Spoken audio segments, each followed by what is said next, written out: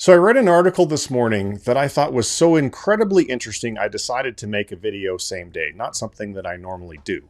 So the article is by a guy by the name of Mandar Karhade, and I'm pretty sure I pronounced that incorrectly, so my apologies. He's an MD, PhD, who does AI consulting in healthcare and legal tech. So he's not a finance guy, not a real estate guy, just somebody who looked at the publicly available numbers and asked a question that I think every investor watching this video is going to be interested in. The question is this: what if AI isn't actually a productivity revolution? And what's really happening is the largest involuntary wealth transfer in modern history. I know it sounds dramatic, but I want you to wait until you hear the numbers before you decide one way or the other. And a quick reminder before we dive in, I'm not a financial advisor. This video is for education and entertainment purposes only. The numbers in this video come from one article. I'll link it in the description so you can read it for yourself. And by the end, I'm going to ask you for your opinion because that's what I am most interested in.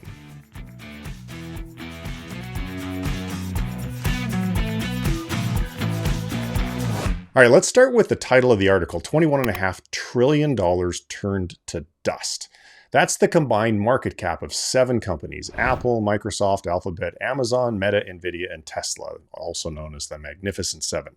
10 years ago, those 7 companies were just 12% of the S&P 500. Today, they are a whopping 37%.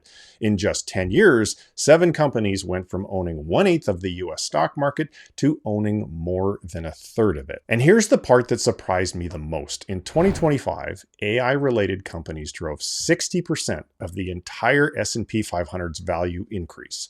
Strip out tech and communications, and the rest of the S&P returned about 6% for the year. So when somebody tells you that the market is up, well, the market isn't up. 7 companies are up. Everything else is just treading water. Now here's the part where it gets really interesting. The big 4, Alphabet, Microsoft, Meta, and Amazon, are expected to spend close to $700 billion combined on AI infrastructure in 2026. Google alone wrote checks for $75 billion in 2025. Meta is planning to spend $65 billion against $185 billion in revenue. That's 35% of their revenue going straight into data centers. And here's the stat from the article that stopped me cold. AI investment accounted for, wait for it, 92% of US GDP growth in the first half of 2025. 92%. That's a huge number. The article points out that without that data center spending, GDP growth in the first half of 2025 would have been 0.1%. So basically a flat line. So the economy isn't growing because the country is more productive. The economy is growing because 7 companies are writing enormous checks to buy servers and build data centers. Here's where the article gets uncomfortable. PwC just released their 2026 Global CEO Survey. Over 4,400 CEOs across 95 countries. The headline finding: 56% of CEOs say they've gotten, and I'm quoting here, quote, nothing out of their investments in AI. Oof. Only 12% reported that AI both grew revenue and reduced costs. MIT's 2025 study found that 95% of AI pilot programs are failing to deliver measurable financial returns. So if 95% of AI pilots are failing, why are companies still firing people? The article's answer is the part that I think every business owner watching this needs to hear. Companies aren't automating because AI is productive.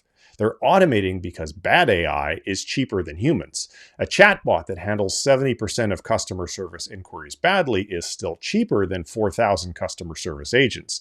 The example the author uses is Block, the payments company. In March of 2026, Block cut from 10,000 employees to just under 6,000, the largest single workforce reduction explicitly attributed to AI. Their AI systems handled 70 to 80% of customer inquiries with no human involved. So did service quality improve? Well, nobody asked that question. Costs went down, and that was the point. Here's the part that I think every parent or young adult watching this needs to pay close attention to. The jobs being eliminated aren't the ones we initially expected. It's not factory workers or truck drivers, at least not yet. It's the white-collar entry level, junior associates at law firms, paralegals, customer service, software developers fresh out of school. Big tech entry-level hiring is down 50% over 3 years.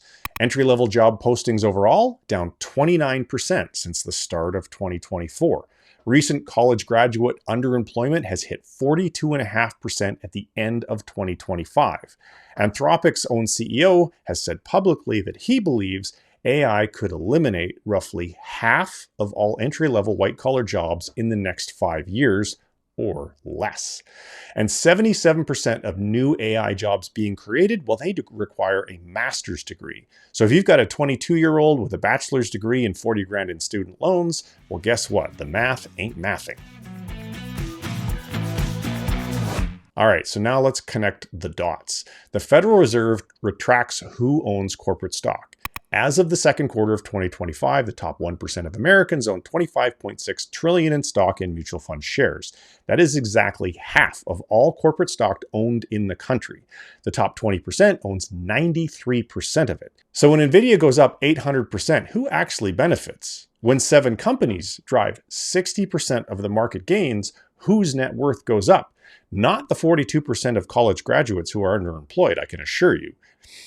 Not the 68% of Americans living paycheck to paycheck. The article references work by an economist named Thomas Piketty. His central idea, in plain English, is that when the rate of return on capital is higher than the rate of economic growth, wealth concentrates. The people who own things get rich faster than the people who work for a living. Sound familiar? Here's the article's data point on that. Since the start of 2023, the S&P 500 returned about 47%. Median wage growth over the same period was a paltry 3.8%. So capital returned 12 times more than wages. And the ownership of that capital, well, that sits in the top 20%. Now let's talk about valuations. The Shiller PE ratio is a way of measuring how expensive the stock market is relative to what companies are actually earning. The historical average is around 17. As of March 2026, it is at a whopping 38. That's the second highest reading in 155 years of market data. The only time it was higher was in December of 1999, right before the dot-com crash. Now, the article is fair about this. It points out that today's mega cap AI companies are different from the dot-com era. They have real earnings, real cash flow, real revenue. The dot-com era, well, that was sock puppets and vaporware. But the article points out that at current valuations, the implied 10-year annual return for the S&P 500 is just 2.3%, whereas the historical average is somewhere between 7 to 10%. In other words, the market is priced for everything to go right. And 56% of CEOs just told PwC they're getting nothing out of their AI spend. So, being as this channel is called Invest with Trent, now I want to tell you what my wife and I have done. And before I do that, I want to emphasize one more time, this is not financial advice. I'm simply sharing the decisions that my wife and I have made about our own finances. So I've been reading Ray Dalio's work for years. He's been writing about the end of long-term debt cycles, currency cycles, and what happens to wealth when economies hit the kind of inflection point that we are hitting now. I look at the numbers in this article.